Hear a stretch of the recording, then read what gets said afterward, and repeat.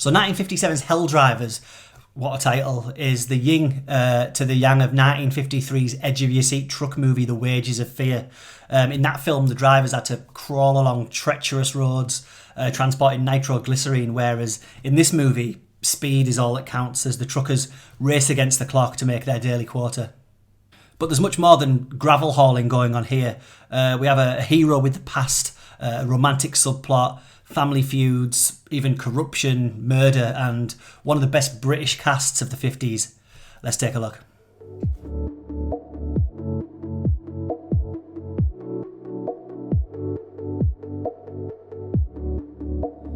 So Hell Drivers is the story of former convict Tom, played by Stanley Baker, who hears about some work going at the Hawlett Trucking company. He assumes a fake identity, fakes a licence, passes a white-knuckle driving test and joins his fellow drivers, who are a bunch of grimy thugs, essentially. The job demands they need to deliver 12 loads of ballast a day over windy roads or essentially be fired. However, the company is hiding a dark secret, and the lead driver and foreman, Red, played by an astonishing Patrick McGoohan, is out to get him.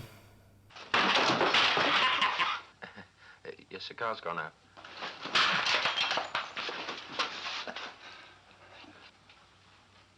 My place.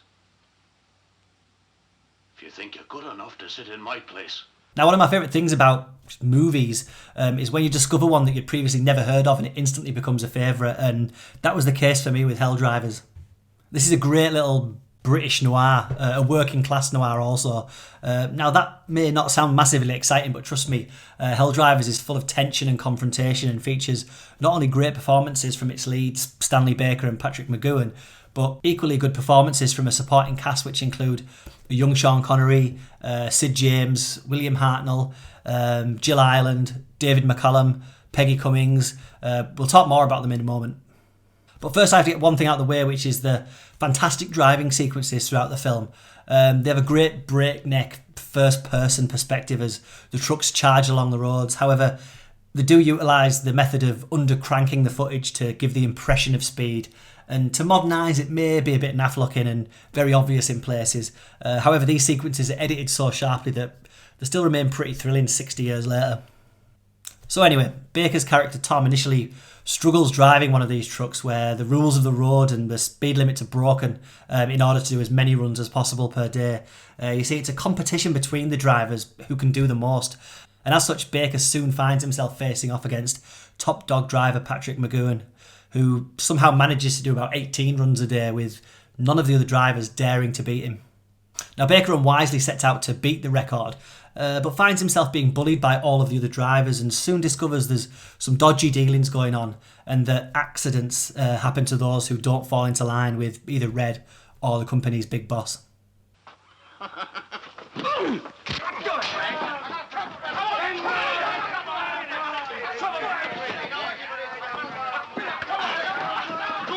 Now, as admittedly thrilling as all the dangerous driving is, real strength lies in its characters, and there's some great performances here. I love that Stanley Baker's character obviously has a past, one that's slowly revealed as the film moves along. And you really feel that he doesn't want any trouble and has to control his natural urge to fight when Red tries to intimidate him and goad him into violence. You got a chip on your shoulder. You think so? Yeah. If I was to knock it off, your head might go with it. He's the polar opposite to Patrick McGoohan's Red, who's a cocky and dangerous bully. His is an equally great performance, all anger and intimidation. Now, one of the key story threads in Hell Drivers is Tom's relationship with the sympathetic Gino, played here by Herbert Lom. I love Lom as the inspector in the Pink Panther movies. Here he's a friendly Italian trucker who does have a bit of a dodgy Mamma Mia Italian accent, but he adds a bit of a light-hearted respite from some of the film's intensity. Gino and Tom end up in a love triangle for the affection of company secretary Lucy, played by Peggy Cummings, whom Gino loves but keeps coming on to Tom. Gina's waiting for you in there, remember? You think I'm flinging myself at you, don't you? You're getting a pretty fair imitation.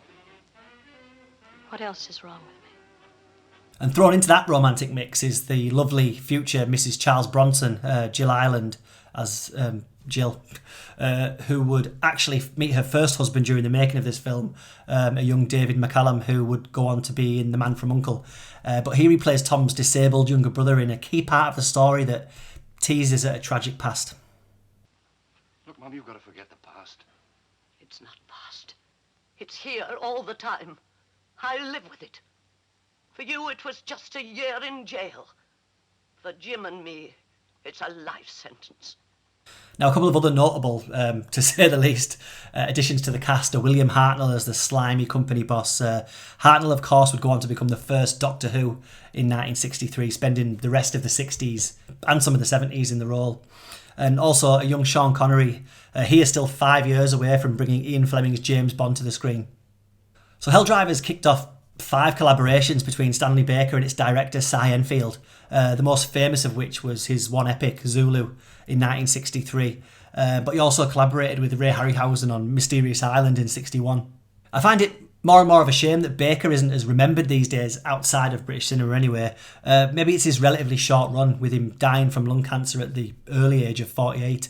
But you only have to see the posters and promotional materials for Zulu to see that it's Sir Michael Caine and not Baker that's used as the selling point for that film. That being said, Hell Drivers itself probably deserves a bit more recognition.